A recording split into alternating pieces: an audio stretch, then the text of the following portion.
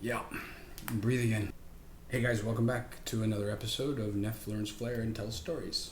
So, this is where I learn flair and tell stories.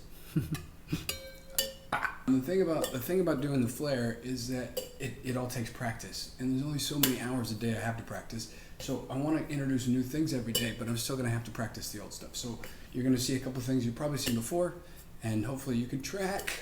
I was going to say track my improvement. I'm going to bring in a new layer today. So before we did just some tin stuff, then we did this bottle thing. Still, it's okay to drop it. Today we're going to bring in the humble bar spoon. I heart my spoons, and learning tricks with them is going to be fun. At least they don't break. And for the story, I'm going to tell you that this month is officially my 25th year as a bartender. So it's my anniversary. Was that silver? I don't know what kind of jewelry to buy myself. The funny thing is I've been saying 25 years for probably about 4 or 5 years now because I never really stopped and counted, but I counted. So yeah, 25 years. So I figured since we're telling stories, I can recount a little bit about kind of the early days of kind of where the... I would have been banging at this 25 years ago. The story that I'm going to tell of kind of where the world was when I started as far as cocktails go. The new layer I'm throwing in is spoon flair. Spoon flair, which is badass. So what you do is each of the tricks that I saw, the dude started by finding the middle of the spoon. You kind of do this like back and forth, like across the finger thing. I feel like a drummer in a shitty hardcore band. Like, really shitty hardcore band. The funny thing about those particular 25 years is that it was before the cocktail boom and after the cocktail boom. Some people would say before Mad Men and after Mad Men. I'm not doing this right. I'm losing it in the middle. Right. I think it's time to switch out my spoon. Cool. You gotta think about the 25 years it was, because in the middle of them, the kind of modern cocktail boom, the Hey Bartender years, maybe 03? I'd been a bartender for 8 years at that point, and every place I worked, I'd always made cocktails. And I've never worked at a place that didn't have fresh juice. True story. It is a... Fuck. I'm gonna practice something else for a minute. So, my origin story is not very interesting, except in that we've been talking a lot about training, and I remember being fresh. And by fresh, I mean I didn't know anything. I'd never worked in a restaurant, never worked in a bar, but for whatever reason, I had decided, that because I was naturally a night owl, and I was broke, and I had decided, based on meeting a guy who worked in a bar, that I was going to ask him if he could help me become a bartender. And he did. His name was Dan Kennedy, and Dan Kennedy did something for me which I will be forever grateful. So I went to his bar. He said, just come in, sit. I'll show you the stuff. And he's like, well, this is a shaker, this is a spoon, this is a strainer, this is what you do with it, this is how you pour, this is what, this is all the stuff you need. So I just got to sit and watch him work for a few days. And then I bought a book also, for which I'm forever grateful, which is the Harvard's Guide to Bartending. It had recipes from A to Z. It started at Alabama Slammer and went all the way to Zombie. And I memorized all the cocktails in it. Dan Kennedy had a girlfriend at the time who worked in a bar, and he knew that she was going to give up her Saturday nights. You remember this trick? It's going to have a bottle in a minute. After I'd sat with him for a couple of days, he said, what you need to do is march into that place, walk in, tell them you heard they're looking for a bartender for Saturday night. And so I did. I was supposed to be like that. It's like yesterday never happened. And so I walked in, and you had to walk through a maze. I felt like I was walking through a maze anyway, so it didn't really throw me off, but it was a mirror maze.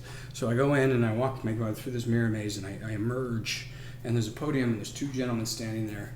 And I confidently march up and I say, I hear you're looking for a bartender on Saturday nights. And they look at each other and they said, we are? So the looks of confusion on their face was not what I was prepared for. They just looked at me and they're like, look, open calls are on Tuesday, so come back on Tuesday. Apparently they knew I was totally full of shit. They hired me, and I ended up working Saturday nights in my very first bar ever. And there's a couple things that were unique about it. One is there was a guy there named Craig Pice. Craig Pice was the general manager. From Craig Pice, I learned so many things about hospitality that I still keep in mind to this day. He was the most genuine and hospitable person I'd ever met in my life, and that's the environment in which I was shown how to serve people. I have had a chance to thank him for that, not too long ago actually, and he's still doing it. He's still great. Oh, scheiße. Though he didn't teach me Flair either. But the other funny thing about that place is we were always making cocktails, lots and lots of cocktails. We didn't have the same number of spirits available. Certainly not these kind of luxury spirits that now we take for granted. I mean, you have to keep in mind at the time, the top shelf of something like bourbon was Maker's Mark was the top of the heap, and God knows Patron. I mean, Patron. Whatever you say about Patron now, Patron at the time was the first time we'd ever heard the word agave, really. Blue agave, we're like, I don't know what you're talking about. Cuervo was the premium. Patron came and just ate Cuervo's lunch. Most of it, and when I say we, I mean, keep in mind, I'm 25, 26, 27, like I don't know anything. I'm just some bartender dude. We had to know the stuff we had to know for being in the bar. There wasn't a lot of resources outside what was already in the bar itself. So unless the place chose to have us know about things like spirits, we didn't have supercomputers in our pockets where we could look up any bit of data from anywhere on the planet. I mean, there was an internet, but it wasn't a very good internet. The other thing about this place is that we always had fresh juice. And every place in my career I've ever went, I always used fresh juice. You couldn't go everywhere and get that kind of thing, but I gotta say it did exist. And this was the 90s in Seattle. Because it was another magical time for the planet. It wasn't just things like grunge, music, and all this stuff. Like, all eyes were focused in that city for that decade, kind of. At the same time, is right when the tech boom started. And things like, Adobe and real networks and Microsoft for sure. And the result of that for our business was all of a sudden there's all these geeks and they had a shitload of money. And those people wanted to know stuff. That's when we really had to spend more time and start learning about all these different things, because people who did have information and would obsessively start studying things were starting to study things like wine and spirits. So at the very least, we had to know more than our clientele. And at the best, we had to be able to serve them stuff that they didn't know about already. And guess what? We shook our Manhattans. We shook the shit out of them. And you know what else? They were delicious. I was supposed to be doing spoons. You take that middle weight between your fingers like this, between your pinky and your ring finger, and you roll it up. Hold on, roll it. You roll it up, and then it's ready to stir. Seattle never gets its props, but I've talked about this guy before. His name's Murray Stinson. Murray is what I call the Dale DeGroff of the West Coast. What Murray calls me is nothing, because he has no idea who I am. He was the one that everyone would reference. I'm this young bartender, kind of young and cocky, and I'd gotten yet another job that I just super didn't deserve. And people would come on and be like, "Oh, you make cocktails like Murray?" I'm like, "Who's Murray?" And they would just laugh at me. And so after I would get off work, I would start going to Murray's bar, and I'd sit and I'd just watch him. The way he tended his bar made me understand a whole different purpose for what it is that I could be doing. Oh wait, it's supposed to start here. So let's try it again. Okay, I didn't drop it, and it went all the way, so that I'm gonna call that a win. He was so beautifully in charge, and by in charge, I mean he is the first person that showed me that idea of service as power. So he was unfailingly polite, this gentleman bartender, but behind the bar, his service was so, at the same time, warm, friendly. It was knowledgeable. Dropped it. Picked it up. He owned the whole bar, as far as I was concerned, and he was able to take a group of people and used their adoration as this weird feng shui and set them up where they belonged and would kind of, and I didn't want to bother him. So I wasn't going to pester him or ask him questions or anything. And so because of that, I was really shy. I didn't want to talk. And I remember very distinctly, I would just sit there. I mean, it's not, he wouldn't ignore me, but he was so intuitive about the people sitting at the bar that he would come and he would evaluate my situation, and he probably saw right through me, and he's like, okay, kid, you want to just sit there and have some drinks and watch and sit and have some drinks and watch. It went on that way for a long time. But yeah, that was Murray Stenson. And there were others. I'm supposed to be flaring, so get to work.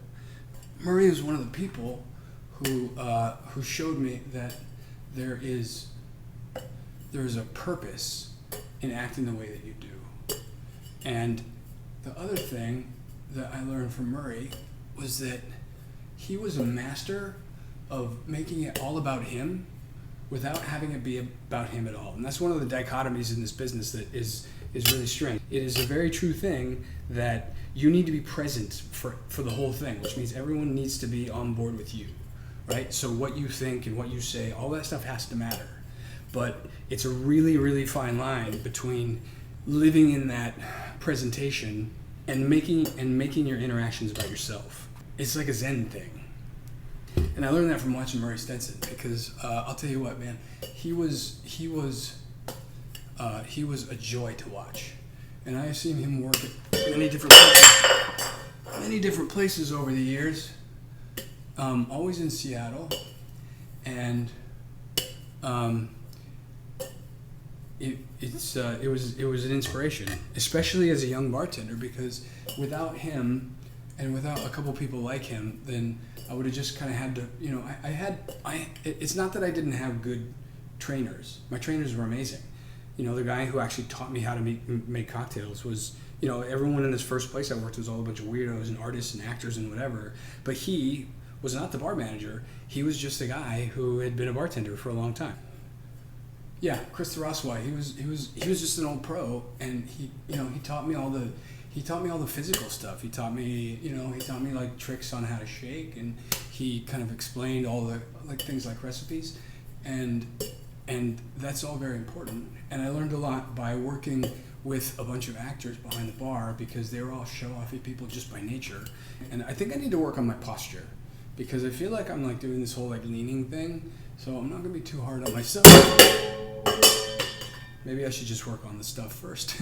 They were kind of show-offy people by nature, and I was not necessarily, though I had arrogance in spades.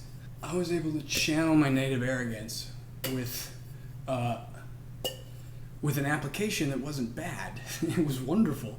The first time in my life there was a job where you're supposed to be a little bit cocky. That was the first step, and the second step was looking at someone like Murray, who had that same, arrogance isn't the right word. Arrogance is too far, confidence isn't far enough. Somewhere in that kind of middle layer is that perfect place where you need to have so much self-confidence that you can fully serve somebody else, because there's no way that they could treat you in some way that would make you less. It's hard to be selfless if you don't have a strong sense of self-worth. I mean, yeah. But that's what I kind of got from that kind of 1, 2, 3 punch, kind of sweet talking my way into this job, and then kind of learning on the fly, and then realizing shit, I'm good at it, and then all of a sudden being thrust in a scenario where I'm working around world-class people when I didn't know there was a world-class scenario in the business I'd gotten into. But yeah, they were magical times, and I mean they were for me, because it was I fully dove into the whole life and the lifestyle, and honestly I never really looked back. All of a sudden I had the perfect cover to say I need to stay, I don't have to go to bed before 3 o'clock in the morning ever, and I still pretty much don't. I just have to wake up earlier. That was 25 years ago this month. There's a lot of personal stories in there, some of which are more or less tragic.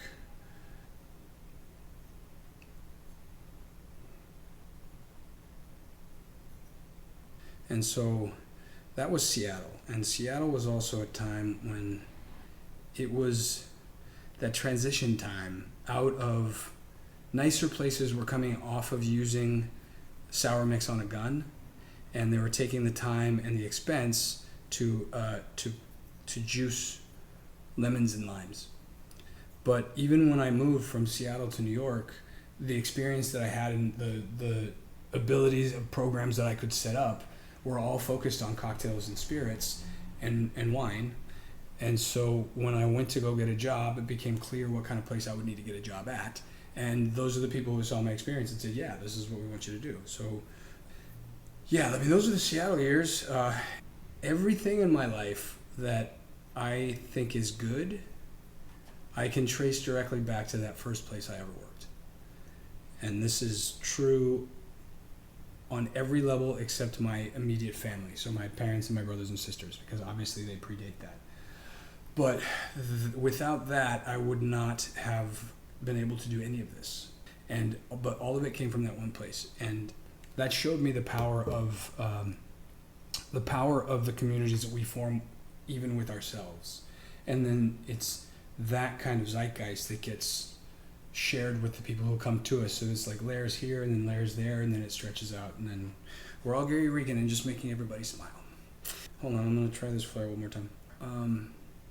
That was good. That was good. Didn't.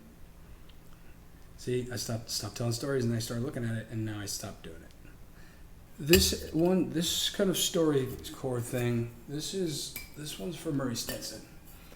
And to Jim German, and to Dan Kennedy, and to Laura Azar, and to Chris Tharaswat, and to Jody Paul Wooster, and to all the people who were there in the very beginning that tolerated all of my inexperience, and all who taught me so much that I still find to be uniquely important today.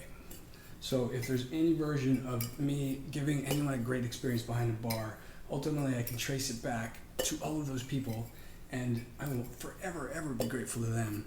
So that is our story for the day.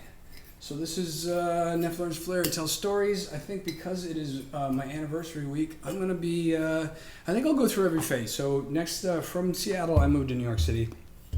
And in that time in New York City was one thing, and then Milk and Honey, and then now everything else kind of stems from there. So that'll probably be 2, and then we'll talk about LA, and we'll talk about Houston too. So once I go through all those, I'll consider my anniversary week complete.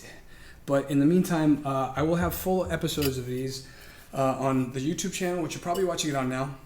I'm going to keep practicing, and now I got a few days of stories to tell for sure. And I'll bring out some more Flair tomorrow, and so we'll have to see how I'm improving. But in the meantime, please subscribe. I mean, you're here right now, so press this button right here. This does actually lead to podcasts, which are long-form masterclass training pods, training episodes, whatever you want to call them. We have a few up right now. My favorite is a 2-parter, which is Mr. Julian Cox talking about training. So I would highly recommend everybody listen to that. In the meantime, if you have any questions, come to our live streams at 9 o'clock Central every night at the Cottonmouth Club.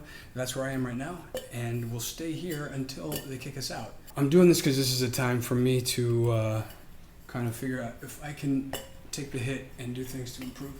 And if I can do it, then I feel like you can do it too. So let's have these conversations. I'm excited.